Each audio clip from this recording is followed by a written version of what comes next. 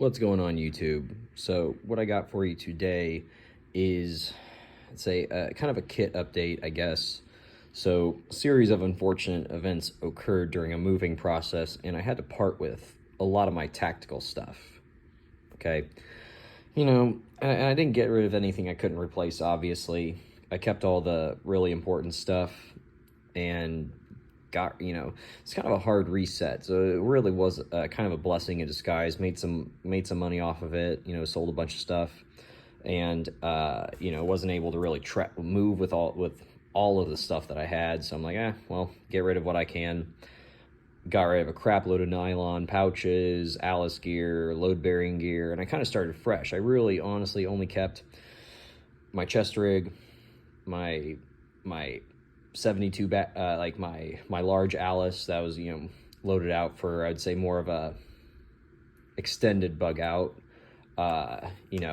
going somewhere for 7 days and just potentially longer. BDU, my EDC BDUs, my woodland, my boots, all that stuff, the basic stuff I kept. Got rid of all extra stuff. So I needed a load bearing kit. So I've been through a lot of load bearing kits. I'm like, I kind of know what I need. I know where I want it. And this is definitely the best H harness I've come across. All right, the GCS. I'll go over a couple reasons why I like these over, I'd say, like the Eagle Industries. They've got like the nylon loops, adjustable nylon loops, but you can't get out of it like this. Okay, that's the first thing I like about this H harness load bearing kit.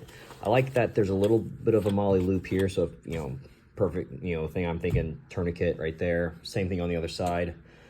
The third thing, I would say the third major thing is, you see here, it's not molly, it's kind of a stretchy elastic band basically that allows good breathing, especially as you start moving and everything. Once you start moving, you start breathing heavy, your breaths get deeper, and you need a kit that can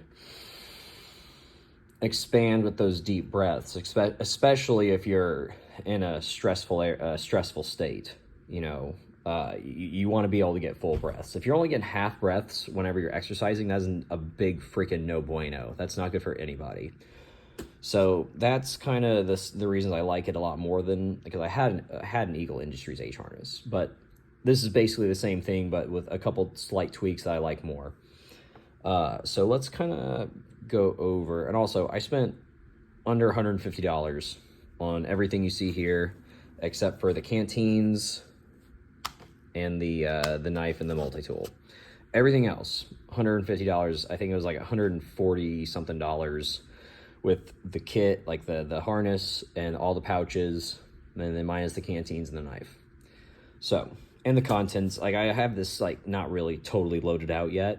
I just got everything kind of put where I want it. So let's go through the fun stuff. What's the pocket pouches and everything. So this is I think this is technically a hand cut pouch, but that's where my plastic nitrile gloves go. On the other side, this is hand care stuff. Okay, specifically hand care. All right, everyday boo-boos, that's really what you're gonna deal with a lot. Okay, so keep that right there. Keep it separate from your other first aid kit. And keep that solely dedicated to taking care of your hands, and I guess technically your feet as well. Okay, so some Leuco tape or some moleskin or something like that would be highly beneficial. So that's kind of the front of it, or I guess the top of it. I will put a hello. I will put, let's move please. You can be right there though. I am going to put like, a USMC like hydration pouch right here, and put a, a 2 liter, 3 liter bladder. That's one thing I'm going to do. So I'll be able to carry, perfect. So I'll be able to carry about 5 liters of water on this kit. And that's, the idea for, time frame for this kit is like, really, I think 12 hours. I guess you could extend it to 24 with 5 liters of water. I'm going to have some food, food and stuff like that, but really 12 hour, I think that's a little bit you know, more likely to be played out. You know, a 12-hour scenario where dawn to dusk, dusk to dawn, something like that. So on this, we've got a 3-cell mag pouch, kind of that like Molly panel, so I can fit 3 mags there, 2 double M4 mags right here, so 7 on this side. I got a little, I would say a pretty basic blowout kit here. Open her up, you know, tourniquet, tons of compressed gauze, and then compressed gauze and some duct tape. So very basic. Got just like a little pistol mag pouch there if I need something small, you know, candy, flashlight, whatever. Just a canteen pouch, nothing crazy there. It's only a can, no cup or anything. I gotta get another cup. But same thing on the other side, and just attached to the elastic band. And this guy, so I don't really remember what this pouch is called. But it's pretty spacious, and it's got these little flaps, and I feel like in a jiffy this is much easier to get open than your traditional butt pack. You know, might not be as secure, might not hold as much, but really I don't need to hold a lot here. You know, maybe poncho, some food, survival items. I mean, I think that's really honestly all I'm gonna put in it. But you know, that's me. I'm not a big fan of big butt packs. I don't think overloading your butt, like, you know, the Nixie Works and everything, that looks cool and all. I totally get it. And, you know, it's high. I think a really cool piece of kit, but honestly, at that point, why don't you just run a backpack and you'll actually be able to get to your stuff without taking your kit off. But, you know, to each their own. I would love to own one of the Nixie Works pieces just because I think they're super cool and they come in cool colors. But, and I think that it does have a place. Okay. Is it for me? Not the $300 mark, that's for sure. Or however much they are. But really just moving right along. Knife and multi-tool. I'll say whatever Gerber this guy is. The single-handed use ones, that's really what you want. And I put on the knife just so it's kind of saves a little bit of space. This is more just a general admin pouch. There's nothing in here, I think, except I put some wet wipes and caffeinated gum right there. Another double M4 mag pouch, and then 3 more mags right there. And, you know, that is basically the kit. You know, the color is awful, so it's going to get dyed brown. So hopefully something to match this. That's the goal, because we are going into fall and winter. And with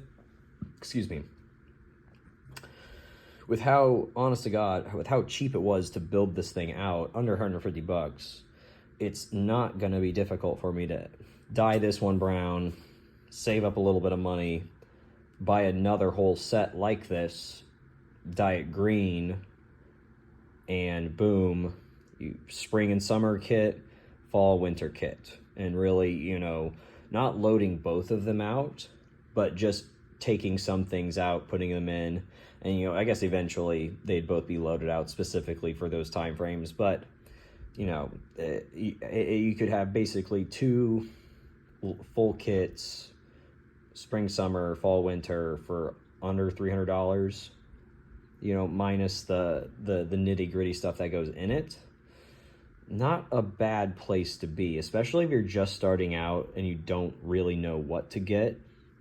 Again, the Air Force stuff, the ABU, the ACU stuff, it's dirt cheap, and it's literally the same stuff.